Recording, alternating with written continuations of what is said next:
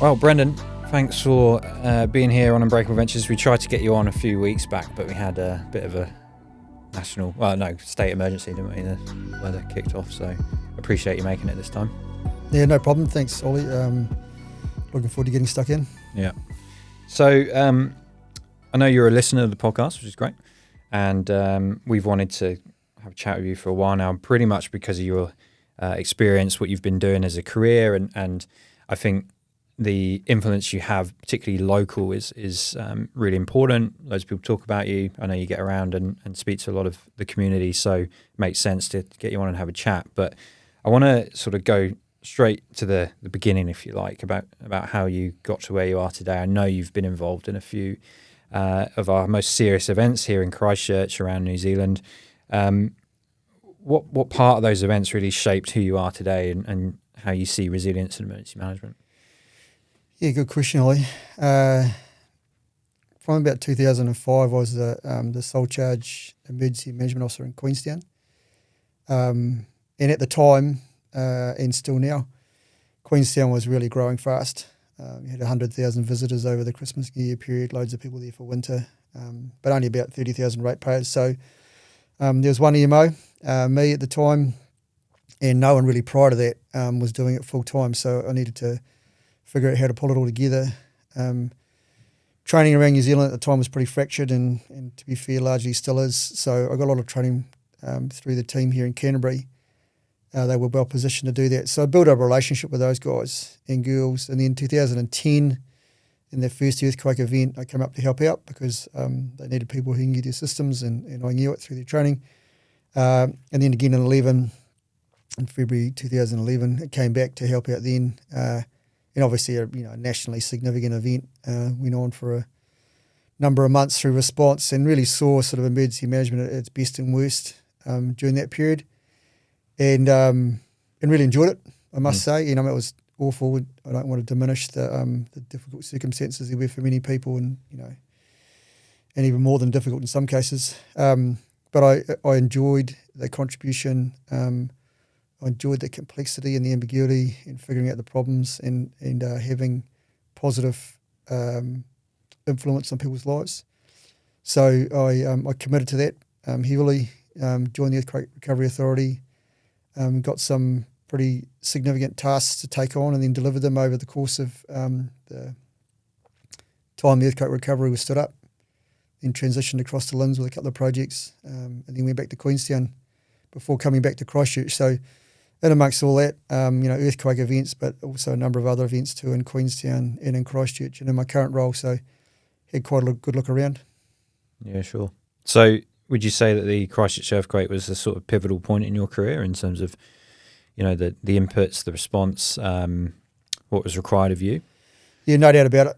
Yeah. I came into, the roles here in Christchurch with an emergency management background and worked here for 5 years. I reckon in those 5 years, and I'm not exaggerating here, I reckon in those 5 years I probably got about 15 years experience. The work volume and velocity and variety over that period was phenomenal. My staff will probably yawn when they hear me say this, but in the first year I was here, I got 145,000 emails. Just because of the role that I was in, and people needed to seek information and the way that it worked out. But for that period that I was looking after the Central Business District Red Zone, it was hugely busy. And many of those tasks that we're taking on were high risk and new and evolving, and there was aftershocks, and there was policy being written in the morning and implemented in the afternoon and tested overnight and reported, on the evening news, and then we'd wake up the next day and we have to do it all again. So I learned a lot, and I think what that gave me was a really good understanding of what's important, the stuff that needs to be done, which is different to the stuff that people might write down or want done. It's different to legislation, but having an impact on people's lives is the key part, and I kept that in focus all the way through. I think the Christchurch earthquakes is definitely, New Zealand was already on the map, but from a emergency management perspective, it put us on a global scene here, and it was almost like Christchurch was an example to other nations that either hadn't gone through similar or had, and wanted to compare how we responded to how they might have responded. The thing that stands out to me, I've interviewed a few people in Christchurch who have also gone through the earthquake. In some ways, the thing that stands out is community, and I'm curious what your experiences were on how the Christchurch community responded to the event, how you saw them, whether it was positive, negative, what was happening on the ground. Oh, they're phenomenal. In the early stages of the event, the first responders in any sort of large scale event is the community, always kind of the zero responder. Really, they'll get there before the uniforms and the lights and sirens. So the community response in Christchurch was amazing, and I think one of the real benefits we got at the time was it got coordinated quite well too. So groups like the Student Volunteer Army, the Farmy Army, they came in early and complemented the official response. In many cases, they were there first, and they brought more and better and different resources. So I got nothing but respect for the way that was rolled out, and they learned a lot and they evolved, and now they're an international exemplar of how that work can be delivered. And it was sustained too, so it went on for a number of months. So people not only just helping out briefly and then going back to their life, but hanging in there and doing weeks and months. So that commitment to each other was phenomenal. And I'm not sure that model necessarily would work in other parts of the world, but in Christchurch and in New Zealand, it was amazing. But then over time, the community kind of reverts to the mean, as we all sort of do. And the experience wasn't universally positive. There are elements of the community who do misbehave, but we've got to look at community and society as a whole. So I'd say very largely positive, but also realistically not totally positive. There are factions of the community that will try and take advantage or get up to no good. Sure. So I think I have a balanced view of it, but when I look back on it, most of my memories of that time are positive and really encouraging for the future. One thing you touched on there was the zero responder. I was at the panel discussion recently after I'd spoke. Some young adults, potentially students, come up and ask me, who do I listen to? Do I listen to government, emergency services, my boss? When things are really hitting the fan, who's the person I turn to? And we had a discussion about it, but then the question came out, well, what if none of those people are there? Now what do I do? So I'm curious what your take on that is. What would you tell the public who are dealing with, say, a tsunami, another earthquake, etc.? They haven't had that emergency service person come up to them. What do they do? It's a good question. And I think they'll do, regardless of what I say here, they'll largely do what they do anyway, and that'll be look to their own local leaders. Mm-hmm. So within your family, mum and dad or whatever that version of leadership in your family looks like, that's a good place to start. In your faith community, whoever your padre, your pastor or your priest is maybe. Mm-hmm. At your sports club, who the leaders are there, in your knitting club, in your gardening club, there'll be leaders there in the community. Sometimes they'll be members of the community board or there'll be someone around you that is, either willingly or reluctantly taking on a leadership role. And, if there's one sort of lesson I've learned out of all of this, is you can go through the technical resilience stuff and figure out how many cans of spaghetti you need, etc. But really, if you're going to respond to an emergency and recover after an emergency, the number one thing you want to be thinking about is leadership. So if you've got a well-led community, you'll find in there the resources that you need. You'll find in there the problems that need to be solved and the ways to solve them, the solutions, etc. So if you've got a connected community and a well-led community, you've probably got just about everything you need. Yep. The other solutions will come out of that. So an answer to the kids, who do I look to? Who do you look to normally? And if you trust them normally and they're good people and they're doing the right thing, just stick with them. They'll probably see you right. Yeah, right. That's a good answer. I wish you were there, actually. I think I said similar answer, but what do you think we're getting wrong then? If if we look at the risks that are evolving at the moment, and everything just seems scary, right? It just seems every day the news is, this thing is happening in the world. It's cyber is getting worse, AI, climate change. What are the misconceptions you see the public have got at the moment in terms of maybe that support, or maybe they're just talking about the wrong thing? I'm not sure. Yeah. Media, social media, mainstream media, etc. They all have their own various spins on the world. But I just go back a step, and if the community at large really understood the likelihood and the consequences of emergencies, really fundamental stuff, they could sleep better at night, because you don't have to lie in your bed at night worrying about a tsunami, and you shouldn't lie in your bed at night worrying about an earthquake. But what you should do is understand it. And if you can understand the likelihood, one chance, the return period for an alpine fault earthquake is about every 300 years. So we're about due. Does it mean worry about it? No. It means prepare for it. But on the other side of that coin, prepare for it properly. An alpine fault's not going to rumble through here and disrupt your day. It's going to rumble through here and disrupt your life.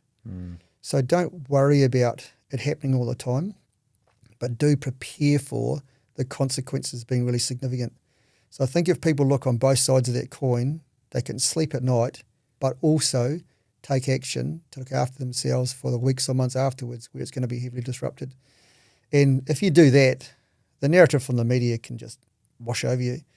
And I think most people should just live their life and enjoy it, but also pay attention to that risk and be prepared for it. And if they do that, the media narrative is what it is. Yeah, it's interesting you say that. My sort of pastime of mine is during or, just after an event, jumping on something like Reddit, which is anonymous. So you get a lot of honest feedback from the public, right? And not all of it it's opinionated, so it might not be correct, but particularly with the Russian earthquake, the tsunami risk that we had there, observing people getting rid of the alarm system on their phone because they weren't happy about being woken up at 6 a.m. by the civil defence.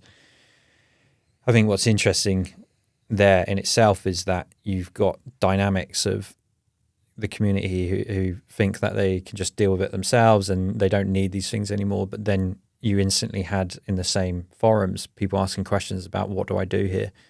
Should I be taking this seriously?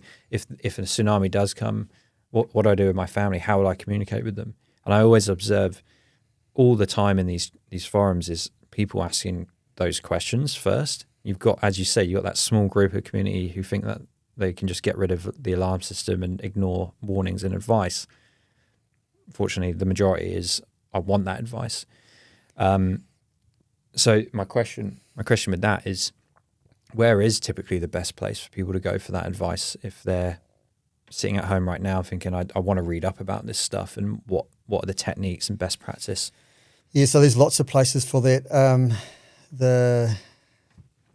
The government, and I know people will have mixed views, has got good non-partisan advice on preparing for emergencies. The Get Ready, Get Through website has been up for years and years, and there is solid evidence-supported, robust information about that.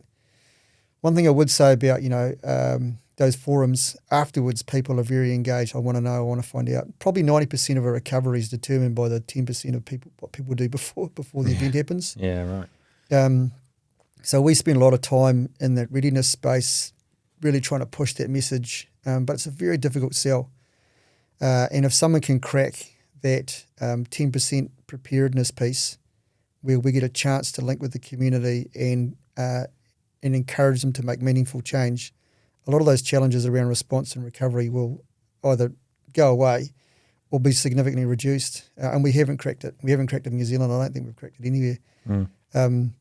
But yeah, interesting you mention those forums, because there's a real spectrum on there, and that's the spectrum we're dealing with the whole time. There'll be people who are apathetic about the whole thing and people that are panicked about the whole thing, and a bell curve of people in the middle. And there's a real challenge around changing behaviour, particularly for an event that a lot of people haven't experienced. In an earthquake in Christchurch, we can have conversations about that, and half the rooms lived it. We're now having conversations in Christchurch about tsunamis, and there's no one in the room that's lived it. So, we've got potentially an even more devastating hazard that is going to happen at some point, and moving the dial on a unseen, unknown, unlived experience is really tough. So we've still got a way to go. It's interesting. That's the biggest challenge we have from a consultant perspective. We want to do a scenario exercise in Christchurch. What do you want to do? Earthquakes. In Auckland, cyber, or floods.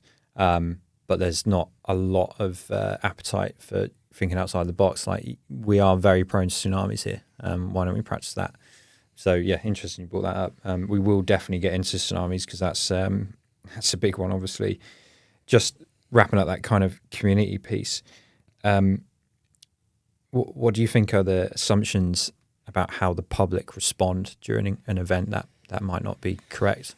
Yeah, one of the assumptions which is we address quite often, and including in a recent example, was people will panic when they get that message. And the data doesn't back that up. The data tells us that actually most people will be apathetic about it. Some will respond straight away, of course, because like I said, there's a whole spectrum, and some will do exactly the right thing at the right time. But a disproportionate number of people won't do anything, or they'll seek more information, or they think it won't happen to them, or they heard about it last time and it didn't quite work out. They've done silly things like turning off the alerting on their phone. So I think the biggest challenge there, or one of the bigger assumptions, is that people are going to go mad and panic, and some might. So we need to plan for a little bit of that.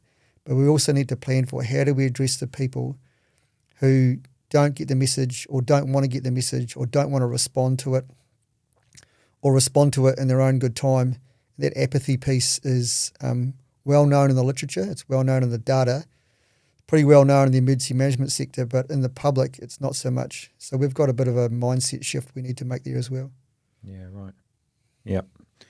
I want to talk about some hard truths. You just mentioned tsunamis. I think that's probably a good point to get into this, because you've mentioned on past interviews that you've been on about the reality of it, tsunamis and the AF8. So these are pretty significant risks that we have here in Christchurch, New Zealand in particular. Can you walk us through this? Like, what's going to happen? What's the sort of risk, and why is this so far on your radar at the moment? Yeah, tsunamis are tricky in many ways. The most devastating tsunamis we are likely to get in Christchurch will be regional source, so the Hikarangi Trench far to the north of us, or distal source, so potentially off the coast of South America. And when both of those trigger, it's unlikely that we're going to have any natural signs here in Christchurch. So you won't feel it, but there's a whole lot of dart buoys. There's a whole lot of tsunami buoys in the ocean that'll alert us to it pretty quickly. So depending on the timing of the event and the location of the event, we're going to end up with quite a different response framework in place. So a large-scale distal source tsunami that triggers in South America at 6 o'clock in the morning might take 14 hours to get here. So we've got a whole day to prepare the community, and then we can have a managed evacuation. We can have really good we can have managed evacuation, really good communication. We can broadcast. There'll be plenty of time. It'll be days. We won't have to worry about schools. It's secure, and it's all. I won't say it's simple at all. There's plenty of time. If we have a regional source tsunami at, say, midnight in winter, we might have 3 hours to move almost the same amount of people in the dark and rain and cold when people are asleep in their bed with their phone off. So it gets really challenging. Or at 6 o'clock or 7 o'clock in the morning on a summer schools day, and the kids are up and about and on their way to school, and the parents have already, maybe 8 o'clock, they've dropped the kids off and they're on the other side of town.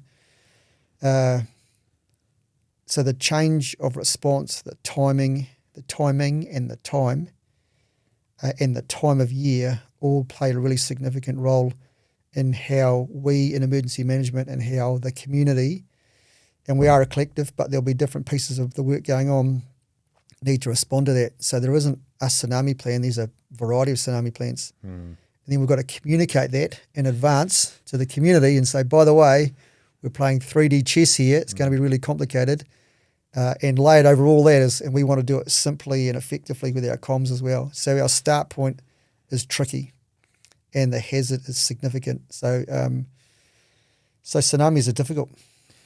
The thing there is with the Christchurch earthquakes, you had the one in September, which I want to say John Key at the time said it was the perfect time because everyone was either back in bed from the pubs. It was, early morning. Most people were in bed. The weather was good. Everyone was out and moved. And then you had February, which couldn't have been a worse a time. I guess, again, the weather was good, but everyone was out for lunch. Everyone was out in the high street, and it's just interesting the dynamics there of the perception of, okay, we've kind of dodged a bullet here with that September one. And as you're saying here, we don't know when this tsunami is coming, but you've got different varieties of how we're going to have to respond to it, which I totally see is going to be difficult for the public to wrap their head around. Yeah, really tricky. And if John Key called it the perfect time, I'd describe it as lucky. Very lucky. And I'd argue too that February's not a bad time to have an earthquake because if we're doing it in August, pouring with rain and freezing cold, would have been quite a different rescue scenario. So I think we were lucky both times. Yeah. The evacuations we've got, we're trying to really simplify this quite complex issue into as simpler arrangements as we can without making it so simple it's ineffective. Fundamentally, there's going to be two types of evacuation, managed and self-managed. And that really means in a managed evacuation, we're going to have an opportunity to push forward uniformed staff into those areas to help out. So if we have 6, 12 or more hours, you'll see police, fire, AMBO, contractors, etc., in those evacuation zones, amplifying the message, managing traffic, clearing blockages, providing guidance to the community, all those sort of things you'd expect. If we have less than that, the police can't and fire can't go into those areas. They can't put their staff at risk. They can't send in appliances. They'll be evacuating with everyone else, and that'll be difficult for some people to get their head around. We've got to withdraw the resources and the people at the same time and pull them all out. And we know for certain, and I'm a dad, we know for certain there's going to be contraflow. People will be going the wrong way. Yeah. So we need to plan for parents to be heading into the evacuation zones, even though we know they shouldn't.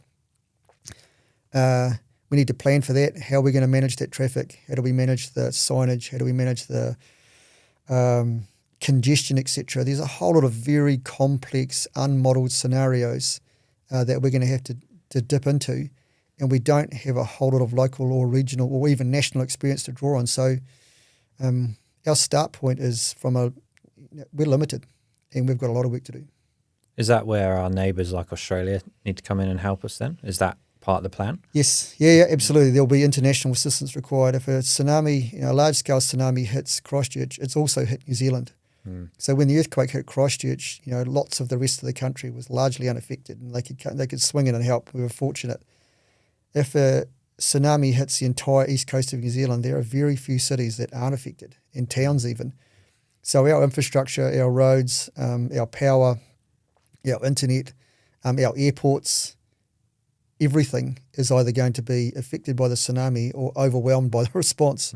So it's a really difficult place to plan, or difficult circumstance to plan through, because the risks are so enormous and so quick that I feel for the people doing the planning, it becomes incredibly complex incredibly quickly.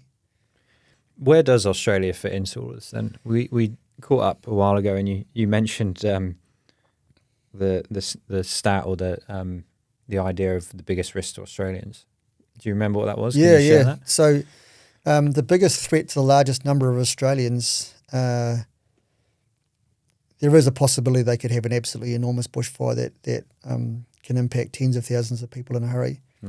But one of the most significant risks to the Australian population is a alpine fault event in the South Island of New Zealand in winter.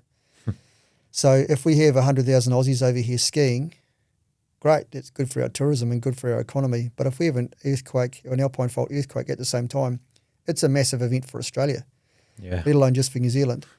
So, if it happens during the ski day when there's tens of thousands of people on the ski field, and those roads, they're fragile at the best of times, there's going to be a really significant challenge in getting those people off a ski field with damaged roads down to a damaged town, and out of that damaged town to the damaged airport, away to another damaged town to do whatever needs to happen next.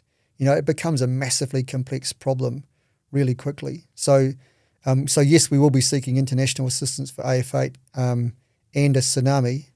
And to be fair to Australia and my colleagues at NEMA, these conversations are well advanced, right. And they need to be. Yeah. We haven't got to the point yet where we're doing any sort of national exercising, but I think that's coming soon. Yeah, and, right. and the sooner the better, because these events are going to be very challenging. That would be amazing to see that. That would be global news if two countries could do that in one place. Yeah, for sure. Do you think COVID has played a part in influencing or our government understanding the challenges here? Because, during COVID, there were Germans and Americans and Aussies who were either here working on holiday who needed to get back their governments. So I remember at the time I knew some Germans where the German government sent over 2 Lufthansa flights, and they just literally piled every German they could onto these planes to get them out of the country. But my understanding was organising that and allowing it to happen was really complex and a bit of a nightmare while they're trying to deal with a pandemic. Is that going to be the same, do you think, in this scenario? I mean, obviously, if we practice it, hopefully not. But if it happens tomorrow, are we prepared to be dealing with the Australians, Americans, etc., trying to get their people home? Prepared? Difficult to answer that. Are we better prepared? Yes. Yeah. Yeah, so lots of people who work in the emergency management sector, and also on the fringes of that, and MB and MFAT and other government agencies, and a lot of the people at the embassies, they come and go, but some of them will have stuck around. They'll have that muscle memory from the last one, and I think the next time round would be better. It was really challenging because the whole world was doing that for COVID. An AF8 event for us is likely to be just, New Zealand will be beaten up by that, Australia will be helping, the rest of the world will probably swing into action. COVID was slightly different because everyone was sort of managing it all at the same time. Yeah, and like plus and minus on how the rest of the world cooperated on that. But we need to practice these things. We can't just continue to practice low-key, local sort of events where the strain on resources is limited, it's all over in, half a day, everyone goes home for tea and biscuits. We need to really ramp up the volume and the intensity of these exercises so we can break our system and rebuild it so it's going to work next time. And I'm an advocate for this. We need to learn, train, exercise at scale and intensity far more often than we currently do. That is the number one point that was brought up when we were at that panel discussion with the Taiwan ambassador to New Zealand. Taiwan, they've built a culture of this over 30 years where they are doing mandatory nationwide drills, I think every month.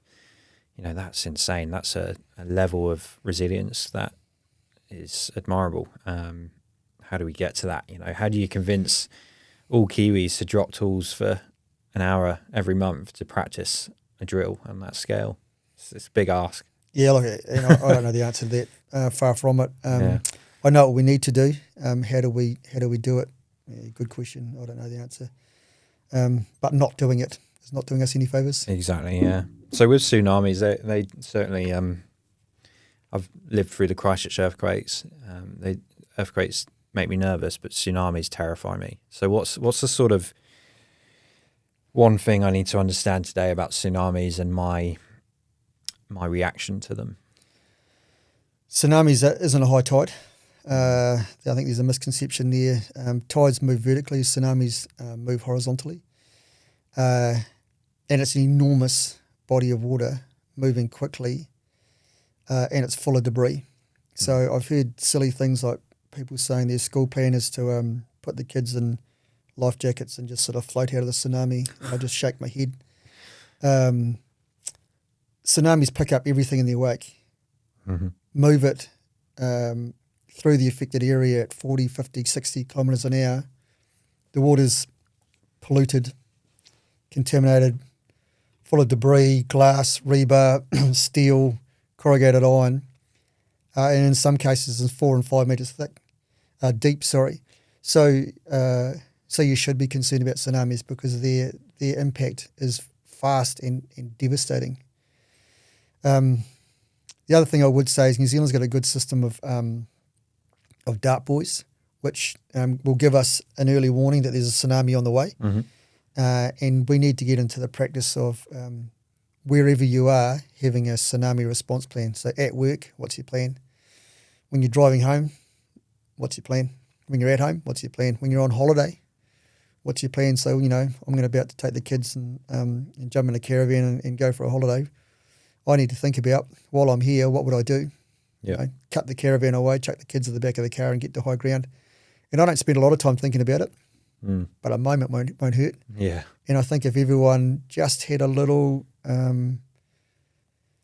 took a little couple of seconds now and then to think about what's my plan at each part of my normal day, I think that would be reassuring for one, but also when the time comes, we'd get a better result. Because tsunamis are going to kill people, and they're going to kill people who aren't paying attention or aren't prepared. Talking about going away on holiday, I remember one of the first trips we did up north when we emigrated to New Zealand, and you would go to the coast, and then behind you would be the tsunami signs telling you where to go to higher ground.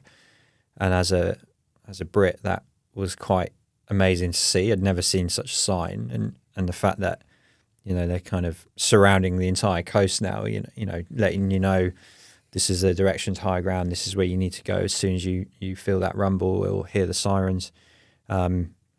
So I guess, it's, as you say, it's having that moment just to go, I'm not going to spend all day planning this, but at least it's in the back of my head, and I do have that conscious thought of where would we go, what would we do. And I think going back to the forums, that's usually the answers that I see, is people just saying, just think of something, don't just sit there and hope that people are going to come and rescue you. Have a plan of how are you going to get to your loved ones? Should you be trying to get to your loved ones? Should they have a plan? You have yours, because people live, 30 kilometres away from their loved ones on average around Christchurch. So they're not in the same place, right? They're North Canterbury, for example, so maybe they can get to some hills slightly quicker, but it's just having that conversation, I think, more often, and not having any stigma behind it as well. Yeah. Quite important. You'll see more tsunami signage popping up around the country. I know that Christchurch is for certain, along with Banks Peninsula, and Auckland and Bay of Plenty, but there's others too that are going to really invest in the whole tsunami resilience piece. So that's underway, and hopefully the rest of the country will tuck in behind it as well. And those signs are a part of the whole response arrangements, but it's also the awareness of what it means and having the ability to carry it with you. Living separately from your family, not living, sorry. I come to work like most people do, and my wife works elsewhere, and our kids are at school, and having a plan for who's going to do what in those circumstances. Our family plan is pretty simple. My wife will grab the kids, and I'll go into the OC. And then there's a bit of a misconception there too that I'll probably just address briefly if I can, is civil defence. Occasionally I'll see the feedback after an event, where was civil defence? Well, we can fit the entire civil defence team of Christchurch into a minivan. Right. And they're all in the EOC, and I can assure you they're working hard. So when people say, where's EOC? Well, they're doing their job. But civil defence is everyone. It's police, fire and ambo. It's the community. It's the Māori wardens. It's community groups. It's faith groups. It's all of those people working as a collective. It's our contractors. It's our first responders. It's all that. So occasionally I hear things like, where's civil defence? All I saw was emergency services. Well, you saw civil defence then. Yeah, right. And just getting that wider understanding of that collective effort is going to be required for response, I think, would be helpful. Let's talk about the civil defence more then, because that's definitely something I've noticed, is this confusion around what is their role in everything to do with response. I'm interested to see how you think or have seen civil defence evolve since last 15 years since the Christchurch earthquakes, has there been an evolution? Has there been more support? Has the civil defence got more access to technology, those sorts of things? Yeah, probably 3 or 4 questions in there, and the answer to all of them would be slightly different. But broadly, yeah. So for a long time, civil defence existed in 2 states, invisible or getting blamed. And we need to get away from that. So part of the work that we're trying to do here is to give it greater visibility, not because we want to scare people, but just so they understand where it all fits in. We're really fortunate too that in the Justice Precinct we're co-located with Police, Fire, Ambo, Corrections and the regional and national arms of civil defence as well. And that gives us fantastic relationships and ability to cross-pollinate ideas and do training together and help each other out. So that's been a real benefit. But that came after the earthquake. So there's plenty of other cities in the country that haven't had that moment yet where they've switched over from just kind of hoping the local arrangements work out to actually being deliberate and intentional around gathering those gathering emergency services and civil defence together to make them more effective. So there's been real changes there locally and regionally. I think it's after the earthquake, but we've been fortunate. We've had the benefit of that. Access to technology is improving. Local government funds civil defence in New Zealand, so getting that money available to provide the technology has to go through a local government process. So there's all the pluses and minuses attached to that. I can speak on behalf of what we're doing here. There's no restriction on the tech here within reason. So we look at, and as you know, we're looking at all sorts of experimental stuff. We don't yet build it into our systems yet because there's still some testing and adjusting to be done. But I don't know that that's the universal view. I think there are plenty of other places around the country that are much more tentative and apprehensive about the use of technology. Yep. And there might be good reasons for that. So I guess that's a long way of saying I think it's got better. I think it's still got a way to go. There's tools and tech out there that could definitely help. But I guess the one thing I would say about tools and tech is one small group having one tool is nice.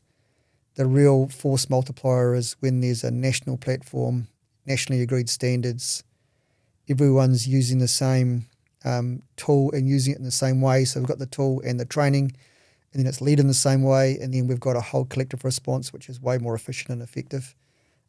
Little various councils around the country buying tools and things here and there helps them incrementally. It doesn't help us as a sector collectively. So, national leadership on that would be, I think, is coming, but it'd certainly be helpful too. That's a world I'm definitely involved in at the moment, is why are we so disconnected in that piece?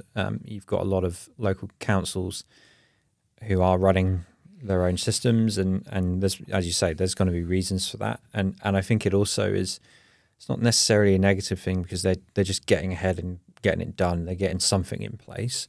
But the thing that's missing is a national level incentive to give everyone the same tool where we can all be on the same page. Why do you think we haven't got that yet? If we're looking at our neighbours like Australia, Taiwan, etc., who have, why haven't we got it? I think there's probably a couple of reasons for that. One, it's structural, just the way that our emergency management arrangements are set up. Historically, the old McDem, the old Ministry of Civil Defence, was a small agency, looked after a lot of policy. Over the last 10 years or maybe a little bit more, it's become much more operational. So we're seeing far greater push into that space, which is encouraging. But also the way that national government, regional government and central government set up in terms of autonomy. I'm no politician, but there's real benefits in having autonomy at a local level. It's great for recovery. It's good for local leadership. It's really empowering. But the downside is we don't have the same requirement to have the same standards or training or regional exercising, etc. So there's pluses and minuses. From a purely emergency management point of view, I think there's real benefit in having a standard-setting body, having some sort of auditing system, having really well understood training requirements and exercise requirements. And then if we did that, we could have much more confidence in our system. But to get to that requires changes to our legislation, and they're underway. Whether or not it goes far enough, we'll see. But also I get that we live in a democracy. So, what I think is the best way ahead is one voice in 5 million. Yeah, that's the biggest challenge, isn't it? Is kind of getting everyone to agree with each other. And then you've got the problem of governments changing every 4 or so years, and plans change, budgets get reallocated, 1 step forward, 2 back, that sort of thing. So yeah, the electoral cycle is tricky, isn't it? Yeah. Locally and nationally, and long-term planning in a 3-year electoral cycle is, yeah, they're distant cousins, aren't they? Yeah, pretty much. Let's talk internationally then. So you've travelled and you've spoken internationally. You've done work all around New Zealand, overseas. I really want to figure out kind of what's New Zealand or Christchurch's brand or image on a global scale. What are what have you seen or understood other nations to take from New Zealand as examples and case studies? Is there anything that really stands out that people are turning to New Zealand for? Yeah, I think internationally, in the places I've been, no way I can speak on behalf of the globe, of course, but the places I've been to, Christchurch in New Zealand is well regarded. They look at the response to a couple of things. The earthquakes, of course. Mm-hmm. We also had Pike River. Right. We also had the mosque shootings. Yep. And then Whakaari White Island and COVID. So there's quite a list of pretty significant emergency management events, and they're all quite different, but all largely, if you step back, all largely well managed. And there'll be people in there disagreeing with, maybe the COVID stuff or whatever, but and there's some detail in there, but people could say, on page 26 of the report, there was, something that wasn't quite right. Well, fair. But on a macro scale, New Zealand has demonstrated a track record of responding well to complex emergencies. And that is our brand overseas. And I'm not sure we leverage it that well. People are desperate to talk to us, and they want to learn from what we did. And, quite often I'll hear from people overseas saying, this story that you guys have got hasn't been well shared or well leveraged, or you haven't taken advantage of it. And I think that's a bit of a shame. What I would say though is internationally there's some complex circumstances and some cultural differences that make life different for us. We don't have a rampant gun culture in New Zealand, so that makes responding to emergencies different for us than some other countries that maybe I won't name. Yeah. And there are places around the world who do emergencies really well. Like the Philippines, the setup there is amazing, but culturally different to New Zealand. Right. And they've got a fantastic system that I think lots of us could learn from, but could we implement it? Not quite sure. Talked about Taiwan. Japan's got a really interesting setup as well, and very effective there. But an international community that can share these learnings and help each other out could be very powerful, but we're not quite there yet. On the flip side of that coin then, what should New Zealand be adopting or taking more seriously as a lesson from our neighbours and allies? I think there's a piece in there around professionalising the sector, and that doesn't mean that every single person needs to go to university for 5 years and pop out the other side with a piece of paper. Professionalism for me is a mixture of qualifications but also experience, and I think the blend of that. There's lots of very well qualified people in New Zealand with in emergency management. There's lots of people in New Zealand who are experienced too, but there's not many that sit in the middle, and neither have all the answers. So I think there's an aspect there that could be developed. There's a technology piece, and I know that you're keen on that. We've got far more we can do here. We've got some good technologists in New Zealand, so I think we can get further into that. There's also some of the understanding of the hazards out there that we probably don't have here that we could have. So many parts of the world that have been heavily impacted by tsunami are not English speaking. That's just the way that's worked out in the last 100 years or so. If we spent more time talking to the people, getting the translations and understanding those hazards, we could probably build a better tsunami program. But as it is, slightly different now with AI, but as it is up until recently, we could only really digest the English versions of those reports. So we had a limited pool to work from. There's heaps more learning to be done. And look, the more I have these conversations, the more I learn, the more I figure out that I don't know, but the more encouraging it is to get stuck in. I'm getting literally today messages from Australia saying, can we bring more people along to this international tsunami forum, which I'm a part of, so they can add value to these conversations? And my answer to that always is yes. We want more people to know more, so we can help more.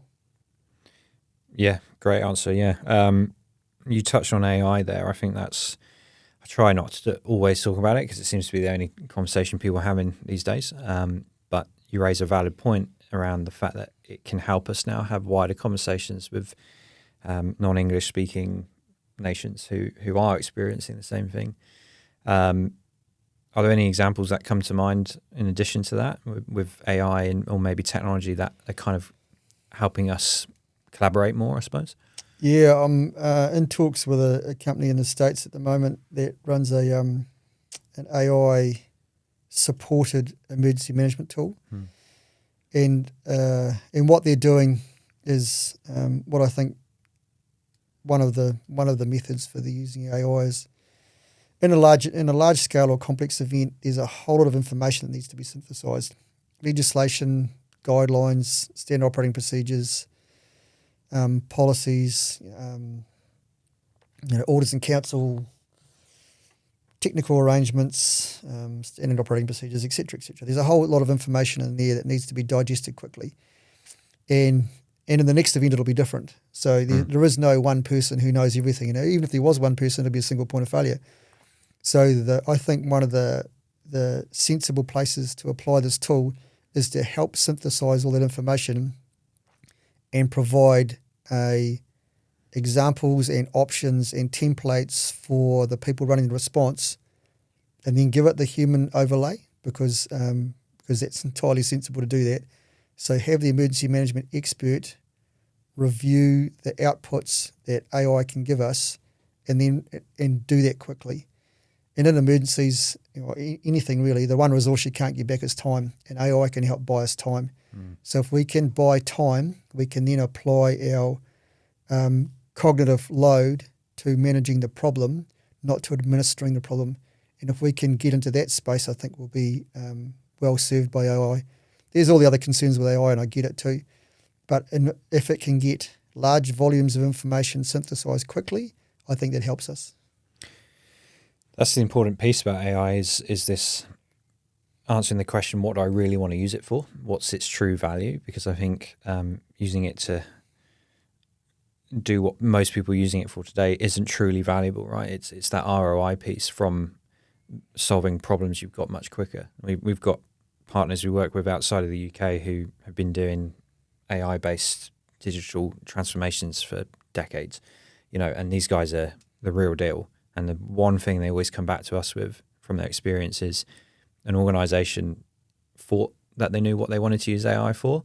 They do an analysis and it's a completely different thing. And in your case, as you're saying, it's how do we get information cut through, put into the right source for us to make quick decisions, because it is still the human element, particularly in emergency management. You're never going to have AI taking over that, but it can really significantly help if you put it in the right corners.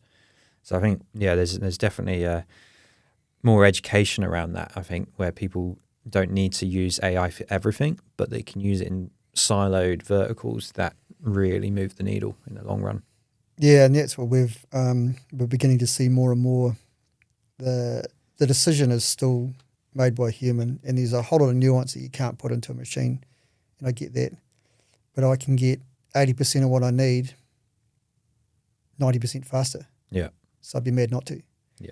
And then the last 20%, of course, put your experts in there to give you the information set that you need and help support that decision. But if we can, I've described it this way to people, it does large, it does fast, and it's accurate enough. And as long as we understand it's accurate enough, that's a good place to start. It's not the answer, but it speeds it up. Yeah, and time is everything. So AI seems to be the future, but if we look 10, 20 years down the road, what do you want New Zealand's emergency management system to look like? What do you want our communities to look like? And what's the best case scenario for us? Yeah, really well integrated. So that you, and I'll answer this in two parts. I think the primary piece is always the community. So where the community has EM built into it to the point where they don't even know it's there. And I'm not trying to be sneaky or secretive at all, but kids at school are learning about earthquakes and tsunamis, and it's not scary. It's just a part of the curriculum. It's it's built into the geography class, and a part of one of the geography lessons for the year is kids understand about how to do planning and response, etc. And then they go to church or sports club, and the information and the signage, whatever it is there, it's not obnoxious, but it becomes a part of what they see, and they think about. There's no stigma attached to it. It's just a risk that you need to know about if you're living in Aotearoa. And then you go into your work life, and at your work there's a plan, and there's a business continuity plan, there's an emergency plan, and it includes what you want to do when you need to look after your own kids. And the school is teaching to the kids, but the school as a focal point of the community also has a plan that's sensible, which doesn't include putting kids in life jackets. And then, so it becomes built in. Yep. And it's built in by design, and it's intentional. And everyone gets that if you live in New Zealand, these are some of the things that you need to be thinking about, and it becomes really clear. The supermarkets are doing it, and the supply chain's doing it, and the IT folk are doing it, and it's in business, and it's in the malls, and it's in real life. And when it's in there, I think that helps the emergency management community, which I think in 20 years' time, the fundamentals will be the same. The core elements of civil defence and emergency management are the core elements, and I quite like, I protect the core and I disrupt the edges. The edges in 20 years' time will be different. I don't know what they'll be, but the core will always be the same, building into reduction, so not building houses in dumb places. That will solve half the problems, 70% of the problems, maybe more. If we don't build in dumb places, people won't be affected. Yep. And then we prepare the community, and we can do that better. And then response and recovery becomes easier because we're not having so many people impacted from the start. So will we get there? I don't know, but I'll be working hard to find out. Excellent. So for anyone listening, whether they're in Christchurch, Auckland, New Zealand, around the globe, what's the one message you wish every person sort of truly understood about disasters, resilience, and their role in preparedness? Don't worry about it, but learn about it. Live your life. Don't spend all your time freaking out about disasters, but learn about it so that you prepare proportionally to what the risk is. So don't worry about the risk and do nothing. Think about the risk and do something. And by doing something, if you understand what the risk is, you'll be doing something that is meaningful and helpful when the time comes. So I don't want people to lie in bed worrying about tsunamis or worrying about earthquakes. They shouldn't do that. And one of the ways to not worry about them is to make sure you've got a plan, some basic preparations at home, understanding what your family are going to do, understanding what you're going to do at work. The actions required to get from unprepared to prepared are pretty low key. But people just need to take them. Yeah, right. Well, thanks for that. I mean, that's really, really good answer. Good way to sort of wrap up today's chat. Usually what I do is ask our guests what's something people could do, 1% they could do to be resilient. I think you've answered that. So my other question is there any reading material or a book or a resource you'd recommend? Yeah, and I thought about this, because you gave me the prep the other day. The game I'm in is thinking. Is thinking about thinking and learning. And a book I read a couple of years ago really helped me with that. I'm a fan of metacognition, so I think about thinking. It's a book by Daniel Kahneman called Thinking Fast and Slow. Yeah. You're nodding your head. Great book. And in there, System 1, System 2 thinking, and just understanding the differences between, reacting to what's in front of you or then taking a pause and switching on a different part of the brain and then responding to what's in front of you. And if you get your head around that particularly as an emergency manager, you end up making better decisions and also understanding the decisions that are being made around you by other people. So that book there, I think, is one of the ones I'd recommend. Yeah, excellent choice. Yeah, my co-founder Brad is currently reading it at the moment. Is he? He's building all these courses out of it because it's an amazing book. There's also another one he wrote with a couple of other professors, just called Noise, and it's a big read. Similar topic, getting rid of the noise around you to concentrate on decisions and get rid of stress and overwhelm and that sort of stuff. So he's extremely relevant in our world, I would say. Unfortunately, died last year, didn't he? Which is a bit of a shame. Yep. Brenden, thanks so much for coming on. It's been a long time coming to get you on Unbreakable Ventures. In this hour alone, we've covered a lot of really good stuff. So I really appreciate your time, but most of all, really appreciate what you're doing in a community that I live in. And I know it's difficult to promote the work that the civil defence does, and particularly in a way where you're having to deal with people being super annoyed at being woken up at 6 a.m., which is ridiculous. But I see it, and I know that everyone else is going to start seeing it. And just want to, I guess, on behalf of the communities I represent, I want to thank you for all the work you're doing. And you're an advocate for emergency management, which is really important these days. So, yeah, thanks for being on. Appreciate it. Thanks, mate. Yeah, not a lot of fan mail in this game. And that's okay. Don't do it for that. I do like helping people out, and I can see that help. And I can see it improving. And coming on these podcasts and things is a part of putting that message out there. I find it personally uncomfortable to be in these circumstances, but there's a wider purpose, and I'm a real advocate for making sure people kind of get that. So thanks for the opportunity. Thanks, Brenden.